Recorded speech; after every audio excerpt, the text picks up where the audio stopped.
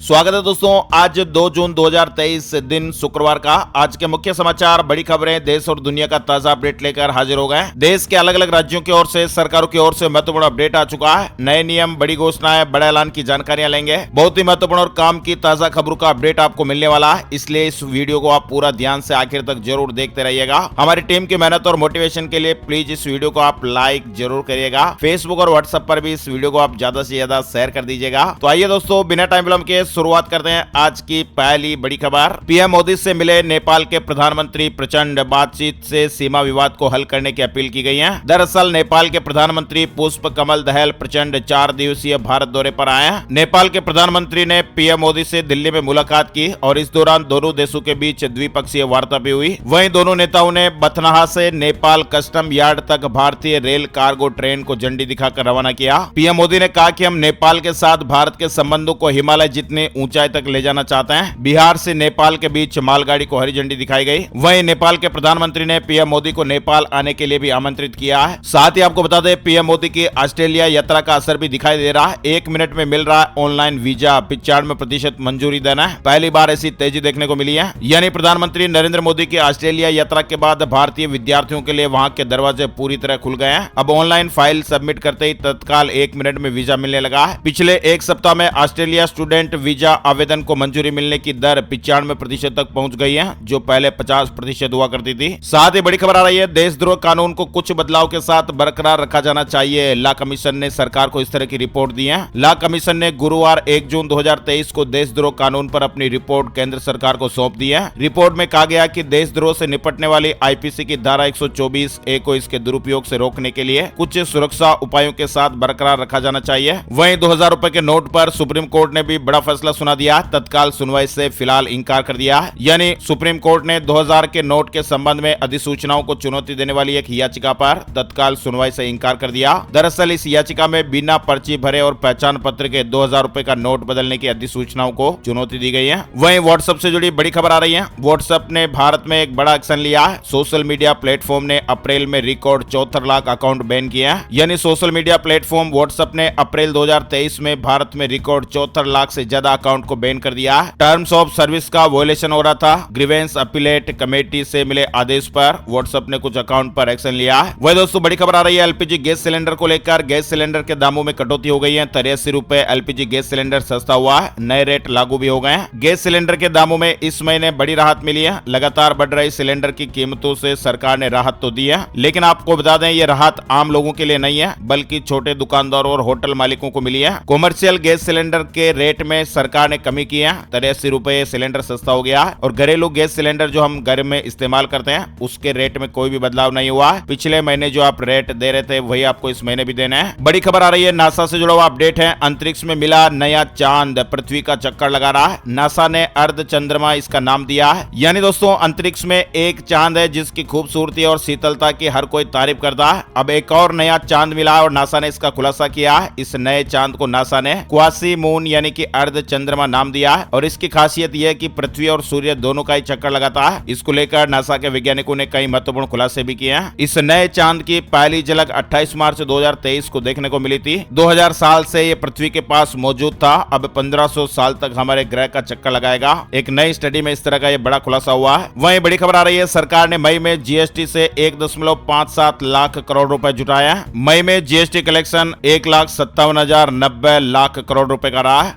यानी 1 साल पहले मई 2022 के मुकाबले ये 12% ज्यादा है। बड़ी खबर आ रही है, सीबीआई करेगी मणिपुर हिंसा की जांच। अमित शाह ने कहा, हाईकोर्ट के जल्दबाजी भरे फैसले से माहौल बिगड़ा। सरकार ने हिंसा की घटनाओं की जांच के लिए हाईकोर्ट के एक सेवानिवृत्त न्यायाधीश की अध्यक्षता में एक न्यायिक आयोग का गठन किया है। अमित शाह ने कहा कि इसी के साथ सीबीआई भी कुछ मामलों की जांच करेगी। अब अमेरिका नहीं होगा दिवालिया, पास हो गया कर्ज की लिमिट बढ़ाने वाला बिल। दुनिया के लिए फिलहाल ये राहत की खबर है। अमेरिका अब दिवालिया नहीं होगा। अमेरिकी प्रतिनिधि सभा ने बुधवार को ट्रेजरी द्वारा निर्धारित समय सीमा से 5 दिन पहले कर्ज की सीमा बढ़ाने के बिल को पास कर दिया है। वहीं नोएडा स्कैम से जुड़ी एक बड़ी खबर आ रही है। नोएडा में 10,000 करोड़ का स्कैम सामने आया है। पुलिस ने गिरोह के मास्टरमाइंड सहित 8 लोगों को गिरफ्तार किया है। यानी नोएडा में हजारों करोड़ रुपए के स्कैम का एक बड़ा मामला सामने आया। एक संगठित गिरोह द्वारा फर्जी जीएसटी नंबर के जरिए टैक्स में चोरी की जा रही थी। पुलिस ने इस मामले में कई लोगों को गिरफ्तार किया है। इनके कब्जे से 2660 फर्जी जीएसटी फॉर्म, 24 कंप्यूटर, कई फर्जी आधार कार्ड और करीब 7 लाख लोगों का डेटा डाटा बरामद हुआ है। फर्जी कंपनियां बनाते थे, टैक्स चोरी करते थे। वहीं वाराणसी रेलवे स्टेशन का आधुनिकीकरण होगा, ढाए जाएंगे 125 अवैध मकान, खाली कराई जाएगी 4 एकड़ जमीन। काशी रेलवे स्टेशन को आधुनिक बनाने के रास्ते में आ रही बड़ी बाधाएं अब दूर होगी। 20 साल से अवैध कब्जे में फंसी रेलवे की 4 एकड़ जमीन को खाली कराया जाएगा और इतना ही नहीं, अवैध ढंग से बनाए गए 125 कच्चे और पक्के मकान भी ढाए जाएंगे। वहीं राजस्थान बोर्ड का 10वीं का परीक्षा परिणाम आज घोषित होने वाला है। 10 लाख से ज्यादा स्टूडेंट का इंतजार आज खत्म हो जाएगा। राजस्थान माध्यमिक शिक्षा बोर्ड की साल 2023 की माध्यमिक व्यावसायिक शिक्षा प्रवेशिका परीक्षा का परिणाम आज शुक्रवार 2 जून को दोपहर 1 बजे घोषित किया जाएगा। दिल्ली मुंबई एक्सप्रेसवे से जुड़ा अपडेट आ रहा है। डीएनडी से सीधे जुड़ेगा एक्सप्रेसवे। दिल्ली, फरीदाबाद और नोएडा वालों को जाम से छुटकारा मिलेगा। यानी दिल्ली, नोएडा और फरीदाबाद के लोगों के लिए बड़ी राहत की खबर है। यहाँ रहने वाले जो लोग डीएनडी से गुजरते समय जाम का सामना करते हैं, उन्हें अब जल्दी से राहत मिलने वाली है। नोएडा फरीदाबाद से दिल्ली मुंबई एक्सप्रेसवे के रास्ते सफर करने वालों को अब सीधी कनेक्टिविटी मिल गई है। दरअसल दिल्ली मुंबई एक्सप्रेसवे को डीएनडी से जोड़ने की मंजूरी मिल गई है। एनसीईआरटी ने 10वीं का सिलेबस बदला, पीरियोडिक टेबल और लोकतंत्र जैसे चैप्टर हटाए। पढ़ाई का बोझ कम करने के लिए बड़ा फैसला हुआ है। राष्ट्रीय शैक्षिक अनुसंधान और प्रशिक्षण परिषद एनसीईआरटी ने 10वीं के कोर्स से पीरियोडिक क्लासिफिकेशन ऑफ एलिमेंट, प्रजातंत्र, राजनीतिक पार्टी, प्रजातंत्र की चुनौतियों वाले पूरे चैप्टर हटा दिए हैं। वहीं हमारे देश में यूपीआई ट्रांजैक्शन में बढ़ोतरी देखने को मिली है। मई में 900 करोड़ के पार आंकड़ा पहुंच गया है। यूपीआई पर मई महीने के दौरान टोटल 941 करोड़ ट्रांजैक्शन हुए हैं। एनपीसीआई ने डेटा जारी कर इस बात की जानकारी दी है। वहीं बिहार से नेपाल जाना बेहद ही आसान होगा। 18 साल से बंद रेल लाइन की पीएम मोदी जी ने शुरुआत कर दी है। बिहार नेपाल रूट पर रेल सेवा को हरी झंडी मिल गई है। गोवा को भी पहली वंदे भारत का तोहफा मिलने जा रहा है। 3 जून को पीएम मोदी हरी झंडी दिखाएंगे। मुंबई से गोवा का सफर बहुत ही आसान होगा। वहीं दिल्ली से जुड़ी खबर, सिर्फ परिवार वालों और वकीलों से मिल सकेंगे मनीष सिसोदिया। अब वीडियो कॉन्फ्रेंसिंग के जरिए पेशी होगी। ताजा मामले में गुरुवार को प्रवर्तन निदेशालय ईडी ने कोर्ट को बताया कि सभी आरोपियों को आरोप पत्र की कॉपी दे दी गई है।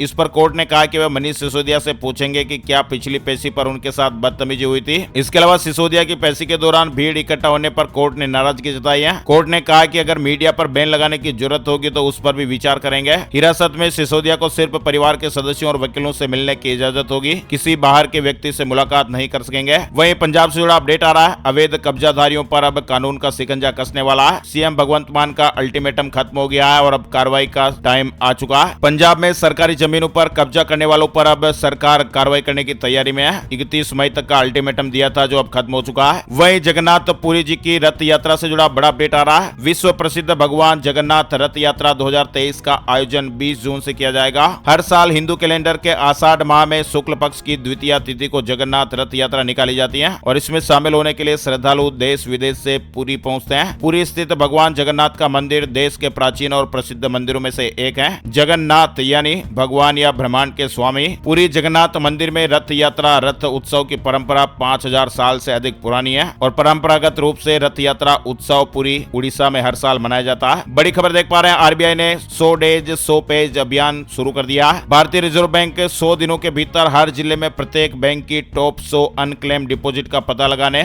और उसके निपटान के लिए अभियान की शुरुआत हो गई है। यानी यह अभियान बैंकिंग प्रणाली में लावारिस जमा की मात्रा को कम करने और ऐसी जमा राशि को उनके सही मालिकों को वापस करने के लिए यह प्रयास किया जा रहा है। किसी जमाकर्ता को लावारिस यानी अनक्लेम्ड तब माना जाता है जब उस डिपॉजिट पर 10 साल या उससे ज्यादा समय तक कोई भी गतिविधि यानी डिपॉजिट या निकासी नहीं हुई है तो इसे अनक्लेम्ड राशि घोषित कर दिया जाता है। तो बैंकों में इस तरह का जो पैसा पड़ा हुआ है इसको लेकर आरबीआई ने यह अभियान शुरू किया है जिसमें बैंक खाताधारकों का पता लगाया जाएगा जो 10 साल से खाते में लेन देन नहीं कर रहे हैं और खाते में उनका पैसा पड़ा हुआ है। उनके मालिकों को यह पैसा आरबीआई की तरफ से दिए जाने का अभियान है। चलिए अपडेट खबर आ रही है। गूगल की तरफ से पर्सनल लेंडिंग ऐप को प्रतिबंधित कर दिया गया। इन ऐप को 31 मई 2023 के बाद इस्तेमाल नहीं किया जा सकेगा। इन ऐप पर यूजर की पर्सनल जानकारियां चोरी करने और फिर उस पर्सनल जानकारी का इस्तेमाल करके लोन रिकवरी के आरोप हैं। अगर भारत की बात करें तो यहाँ पर किसी भी ऐप को पर्सनल लोन देने की इजाजत नहीं है। वही ऐप पर्सनल लोन ऑफर कर पाएंगे जिन्हें आरबीआई से लाइसेंस प्राप्त हुआ है। इस मामले में आरबीआई ने गूगल से जवाब मांगा था जिसके जवाब में गूगल ने कहा कि उसकी तरफ से ऐसे करीब 2000 ऐप को हटा दिया गया है। चलिए बड़ी खबर आ रही है दोस्तों। बॉम्बे हाईकोर्ट ने कहा कि भले ही चालक का लाइसेंस वैध न हो, बीमाकर्ता को पीड़ित परिवार को मुआवजा देना ही होगा। बॉम्बे उच्च न्यायालय ने कहा कि बीमा कंपनी दुर्घटना के शिकार व्यक्ति के परिवार को मुआवजा देने के लिए जिम्मेदार होती है। भले ही दुर्घटना में शामिल वाहन चालक के लाइसेंस की अवधि समाप्त हो चुकी है और इसका नवीनीकरण नहीं हुआ है। अदालत ने कहा कि लाइसेंस की अवधि समाप्त हो जाने से वह अकुशल चालक नहीं बन जाता। वहीं कुश्ती महासंघ के चुनाव को लेकर तैयारियां शुरू हो गई है। आईओए के अधिकारियों ने